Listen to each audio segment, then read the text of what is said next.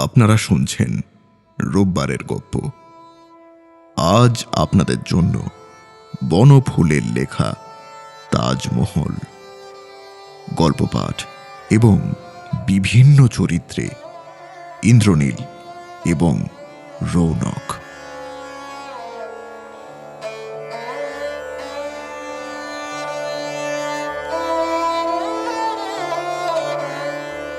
প্রথম যখন আগ্রা গিয়েছিলাম, তাজমহল দেখতেই গিয়েছিলাম। প্রথম দর্শনের সে বিস্ময়টা এখনো মনে পড়ে। ট্রেন তখনও আগ্রা স্টেশনে পৌঁছায়নি। একজন সহযাত্রী বলে উঠলেন, ওই যে তাজমহল দেখা যাচ্ছে। তাড়াতাড়ি জানলা দিয়ে মুখ বাড়ালাম। দূর থেকে দিনের আলোয় তাজমহল দেখে দমে গেলাম। চুনকাম করা সাধারণ একটা মসজিদের মতো ওই তাজমহল, তবু নির্নিমেষে চেয়ে রইলাম। হাজার হোক তাজমহল বলে কথা, শাহজাহানের তাজমহল। অবসন্ন অপরাহ্নে বন্দি শাহজাহান আগ্রা দুর্গের অলিন্দে বসে এই তাজমহলের দিকেই চেয়ে থাকতেন। মমতাজের বড় সাধের তাজমহল। আলমগীর নির্মম ছিলেন না, পিতার ইচ্ছা অপূর্ণ রাখেননি তিনি। মহা সমারোহে মিছিল চলেছে, সম্রাট শাহজাহান চলেছেন প্রিয়া সন্নিধানে। আর বিচ্ছেদ সইল না। সবাধার ধীরে ধীরে নামছে ভূগর্ভে। ওই তাজমহলেই মমতাজের ঠিক পাশে শেষ শয্যা প্রস্তুত হয়েছে তাঁর। আর একটা কবরও ছিল, হয়তো এখনো আছে, ওই তাজমহলেরই পাশে। দারাসেকর। চুনকাম করা সাধারণ মসজিদের মতো তাজমহল দেখতে দেখতেই মিলিয়ে গেল।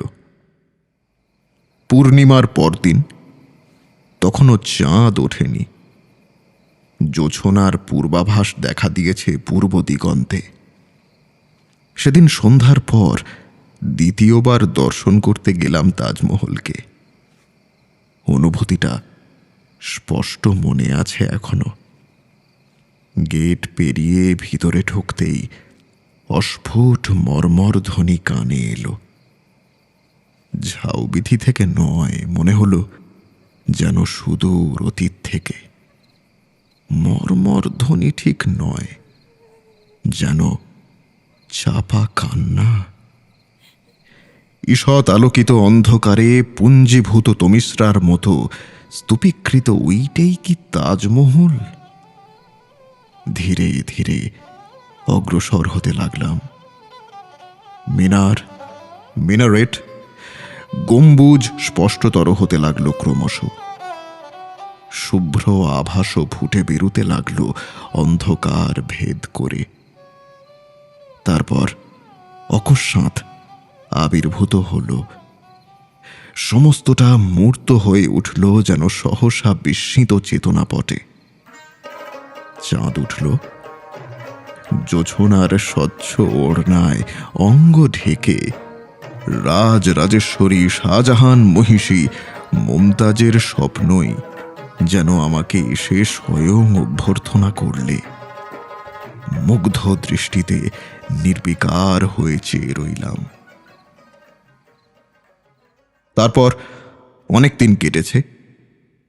কোন কন্ট্রাক্টর তাজমহল থেকে কত টাকা উপার্জন করে, কোন হোটেলওয়ালা তাজমহলের দৌলতের রাজা বনে গেল, ফেরিওয়ালাগুলো বাজে পাথরের ছোট ছোট তাজমহল আর গড়গড়ার মতো সিগারেট পাইপ বিক্রি করে কত পয়সা পেটে রোজ। নিরীহ আগন্তুকদের ঠকিয়ে টাঙাগুলো কি ভীষণ ভাড়া নেয়, এসব খবরও পুরনো হয়ে গেছে। অন্ধকারে জোছনা লোকে, সন্ধ্যা উষায়, শীত গ্রীষ্ম বর্ষা শরতে বহুবার বহু রূপে দেখেছি তারপর তাজমহলকে।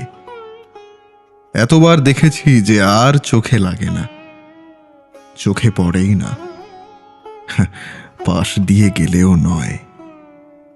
তাজমহলের পাশ দিয়ে প্রায় যাতায়াত করতে হয় আজকাল।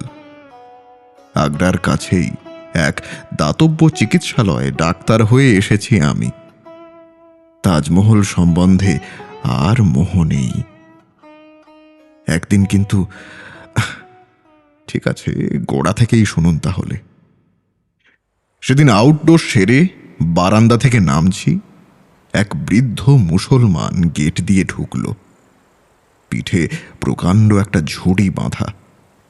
ঝুড়ির ভারে মেরুদণ্ড বেঁকে গেছে বেচারির। ভাবলাম কোনো মেওয়াওয়ালা বুঝি। ঝুড়িটা নামাতেই কিন্তু দেখতে পেলাম ঝুড়ির ভেতর মেওয়া নয়, বোরখা পরা মহিলা বসে আছে একটি।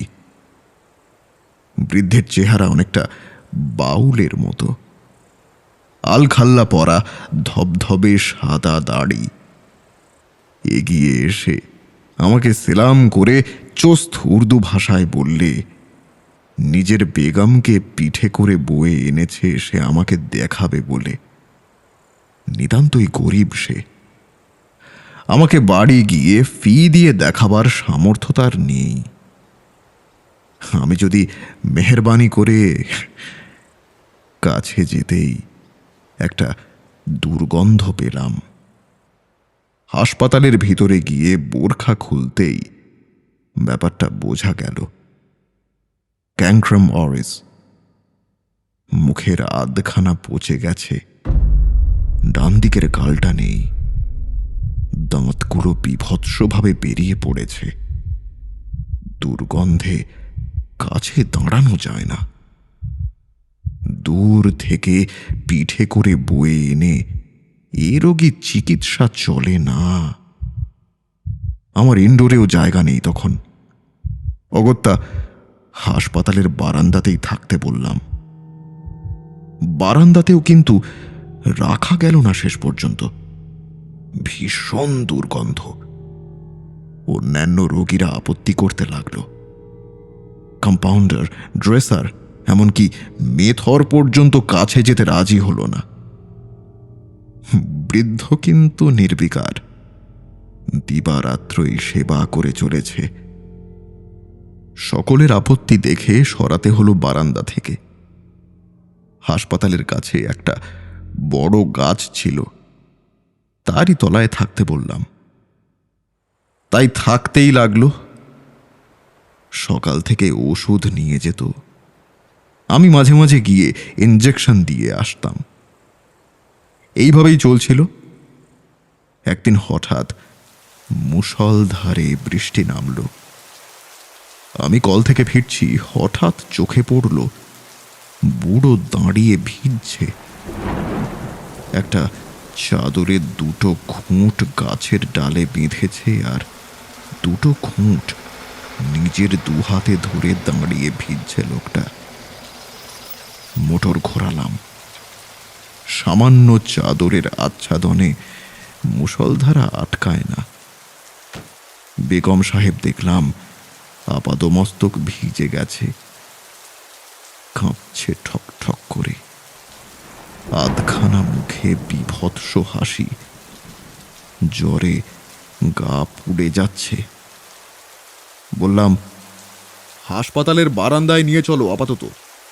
বৃদ্ধ হঠাৎ প্রশ্ন করলে, এর বাঁচবার কি কোনো আশা আছে হুজুর? সত্যি বলতে হলো। বললাম, না। বুড়ো চুপ করে দাঁড়িয়ে রইল। আমি চলে এলাম। পরদিন দেখি গাছতলা খালি, কেউ নেই। আরো কয়েকদিন পরে, সেদিনও কল থেকেই ফিরছি, একটা মাঠের ভিতর দিয়ে আসতে আসতে বুড়োকে দেখতে পেলাম। বসে বসে কি যেন করছে। ঝাঁ ঝাঁ করছে দুপুরের রোদ। বুড়ো ওখানে কি করছে? মাঠের মাঝখানে মুমূর্ষু বেগমকে নিয়ে বিব্রত হয়ে পড়েছে নাকি? এগিয়ে গেলাম। কতগুলো ভাঙা ইট আর কাদা নিয়ে বুড়ো কি যেন গাঁথছে। এখানে কি হচ্ছে মিয়া সাহেব? বৃদ্ধ সসম্ভ্রমে উঠে দাঁড়িয়ে ঝুঁকে সেলাম করলো আমাকে। বলল, বেগমের কবর গাঁথছি হুজুর। হ্যাঁ, কবর? হুজুর। চুপ করে রইলাম। খানিকক্ষণ অস্বস্তিকর নীরবতার পর জিজ্ঞাসা করলাম, তুমি থাকো কোথায়? এই আগ্রার আশেপাশে ভিক্ষে করে বেড়াই। কিন্তু তোমাকে তো কখনো দেখিনি আমি। তা কি নাম তোমার? ফকির শাহজাহান। বৃদ্ধের কথা শুনে আমি নির্বিকার হয়ে দাঁড়িয়ে রইলাম।